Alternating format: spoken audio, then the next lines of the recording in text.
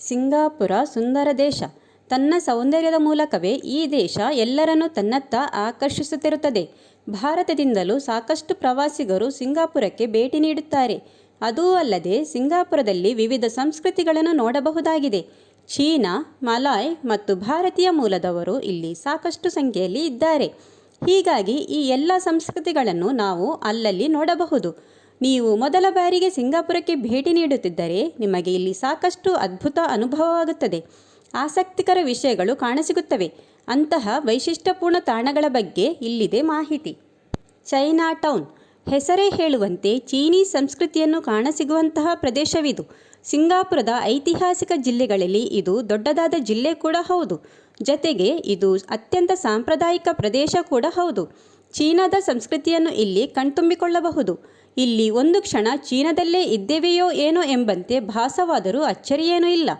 Sir Thomas ಸ್ಟ್ಯಾಮ್ಫೋರ್ಡ್ ರಾಫೆಲ್ಸ್ 19ನೇ ಶತಮಾನದಲ್ಲಿ ಆಧುನಿಕ ಸಿಂಗಾಪುರವನ್ನು ಸ್ಥಾಪಿಸುವಾಗ ಒಂದೇ ಸಂಸ್ಕೃತಿಯ ಜನರು ಒಟ್ಟಿಗೆ ಬೆಳೆಯುವುದಕ್ಕೆ ಅವಕಾಶ ಕಲ್ಪಿಸಿದ್ದರು. ಹೀಗಾಗಿ ಚೀನೀಯರಿಗೆ ಚೈನಾ ಟೌನ್ ಸೃಷ್ಟಿ ಪ್ರಾರಂಭವಾಯಿತು. ಸಿಂಗಾಪುರಕ್ಕೆ ಬಂದವರು ಇಲ್ಲಿ ಭೇಟಿ ನೀಡದೇ ಇರಲಾರದು. ಸಾಕಷ್ಟು ಅಪೂರ್ವ ತಾಣಗಳು ಇಲ್ಲಿವೆ. ಸಾಕಷ್ಟು ದೇಗುಲಗಳನ್ನು ಇಲ್ಲಿ ನೋಡಬಹುದು. ಶ್ರೀ ಮಾರಿಯಮ್ಮನ್ ದೇವಸ್ಥಾನ ಸಿಂಗಾಪುರದ ಅತ್ಯಂತ ಹಳೆಯ ಮತ್ತು ದೊಡ್ಡ ಹಿಂದೂ ದೇವಾಲಯ ಕೂಡ ಹೌದು.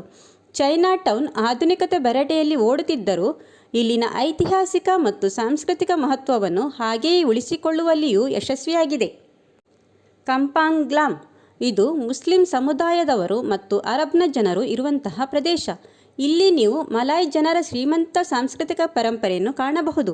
ಸಿಂಗಾಪುರದಲ್ಲಿ ಸಾಕಷ್ಟು ಸಂಖ್ಯೆಯಲ್ಲಿ ಜನರು ಭೇಟಿ ನೀಡುವ ಪ್ರದೇಶಗಳಲ್ಲಿ ಇದು ಕೂಡ ಒಂದು.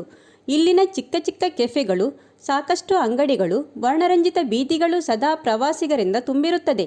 ಇಲ್ಲಿನ ಸುಲ್ತಾನ್ ಮಸೀದಿ ಸಿಂಗಾಪುರದಲ್ಲಿ ಮಾತ್ರವಲ್ಲದೆ ಇಡೀ ಪ್ರಪಂಚದ ಅತ್ಯಂತ ಜನಪ್ರಿಯ ಮತ್ತು ಸುಂದರವಾದ ಮಸೀದಿಗಳಲ್ಲಿ ಒಂದಾಗಿದೆ. ಈ ಸ್ಥಳವು ಮಧ್ಯಪ್ರಾಚ್ಯದ ಸಂಸ್ಕೃತಿಯನ್ನು ಪರಿಚಯಿಸುತ್ತದೆ. ಪ್ರವಾಸಕ್ಕೆಂದು ಬಂದ ಸಾಕಷ್ಟು ಮಂದಿ ಈ ಪ್ರದೇಶದಲ್ಲಿ ಸುತ್ತಾಡಿ ಖುಷಿ ಅನುಭವಿಸುತ್ತಾರೆ.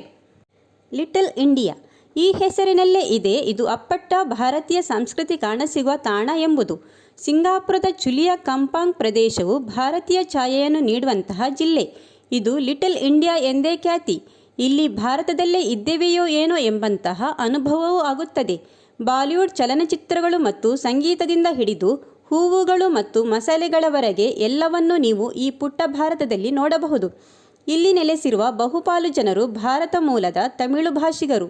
ಅಂತೆಯೇ ಒಂದೊಮ್ಮೆ ನೀವು ಸಿಂಗಾಪುರದಲ್ಲಿ ಇದ್ದರೆ ಅತ್ಯಂತ ಹಳೆಯ ಭಾರತೀಯ ದೇವಾಲಯಗಳಲ್ಲಿ ಒಂದಾದ ಶ್ರೀ ವೀರಮಹಾಕಾಳಿಯನ್ನು ದೇವಸ್ಥಾನಕ್ಕೆ ಭೇಟಿ ನೀಡಬೇಕು. ಜತೆಗೆ ಇಲ್ಲಿ ಸಾಕಷ್ಟು ಅಪೂರ್ವ ದೇವಸ್ಥಾನಗಳು ಇವೆ. ಇಲ್ಲಿ ನಿಮಗೆ ಭಾರತೀಯ ಸಂಸ್ಕೃತಿ, ಭಾರತೀಯತೆಯ ಅನುಭವವಾಗುತ್ತದೆ. ಗೆಲ್ಯಾಂಗ್ ಸೆರಾಯ್. ಸಿಂಗಾಪುರದ ಮಧ್ಯಪ್ರದೇಶದ ಪೂರ್ವದ ಅಂಚಿನಲ್ಲಿರುವ ಟೌನ್ಶಿಪ್ ಗೆಲ್ಯಾಂಗ್ ಸೆರಾಯ್. ಮಲಾಯ್ ಸಂಸ್ಕೃತಿಯನ್ನು ಇಲ್ಲಿ ನೋಡಬಹುದು. ಗೆಲ್ಯಾಂಗ್ ಸಿಂಗಾಪುರದ ಅತ್ಯಂತ ಹಳೆಯ ಮಲಾಯ್ ಪ್ರದೇಶಗಳಲ್ಲಿ ಒಂದು. ರಂಜಾನ್ ಸಮಯದಲ್ಲಿ ಈ ಪ್ರದೇಶ ಸಾಂಪ್ರದಾಯಿಕ ರಂಜಾನ್ ದೀಪಗಳು ಮತ್ತು ಬಜಾರ್ಗಳಿಗೆ ಸಖತ್ ಜನಪ್ರಿಯ. ಈ ಜಿಲ್ಲೆಯ ಹೃದಯ ಭಾಗದಲ್ಲಿರುವ ಕಂಪುಂಗ್ ವಸ್ತು ಸಂಗ್ರಹಾಲಯವು ಸಾಂಪ್ರದಾಯಿಕ ಕಲೆ ಮತ್ತು ಕರಕುಶಲ ವಸ್ತುಗಳ ಕೇಂದ್ರವಾಗಿದೆ. ಸಾಂಪ್ರದಾಯಿಕ ಮಲಾಯ್ ಕರಕುಶಲ ವಸ್ತುಗಳು ಮತ್ತು ಪ್ರಾಚೀನ ವಸ್ತುಗಳನ್ನು ಖರೀದಿಸಲು ಗೆಲ್ಯಾಂಗ್ ಸೆರಾಯ್ ಮಾರುಕಟ್ಟೆ ಉತ್ತಮ ಸ್ಥಳವಾಗಿದೆ. ಸಾಕಷ್ಟು ಸಂಖ್ಯೆಯಲ್ಲಿ ಪ್ರವಾಸಿಗರು ಇಲ್ಲಿಗೆ ಭೇಟಿ ನೀಡುತ್ತಿರುತ್ತಾರೆ. Civic district. ಸಿಂಗಾಪುರ ನದಿಯ ಬಳಿ ಇರುವ ಜಿಲ್ಲೆಯೇ ಸಿವಿಕ್ ಡಿಸ್ಟ್ರಿಕ್ಟ್. ಇಲ್ಲಿ ಸಾಕಷ್ಟು ವರ್ಷ ಹಳೆಯ ಬ್ರಿಟಿಷ್ ಕಟ್ಟಡಗಳನ್ನು ನೋಡಬಹುದಾಗಿದೆ.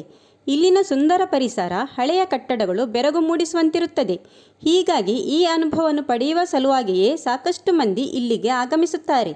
ಜತೆಗೆ ಇಲ್ಲಿ ಸಿಂಗಾಪುರ ನದಿಯಲ್ಲಿ ದೋಣಿ ವಿಹಾರದ ಖುಷಿಯನ್ನು ಅನುಭವಿಸಬಹುದಾಗಿದೆ.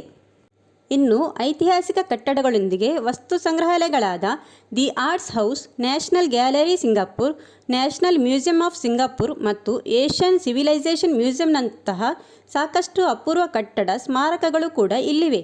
ಒಂದೊಮ್ಮೆ ನೀವು ಸಿಂಗಾಪುರಕ್ಕೆ ಬಂದರೆ ಇಲ್ಲಿಗೆಲ್ಲ ಭೇಟಿ ನೀಡಬಹುದು.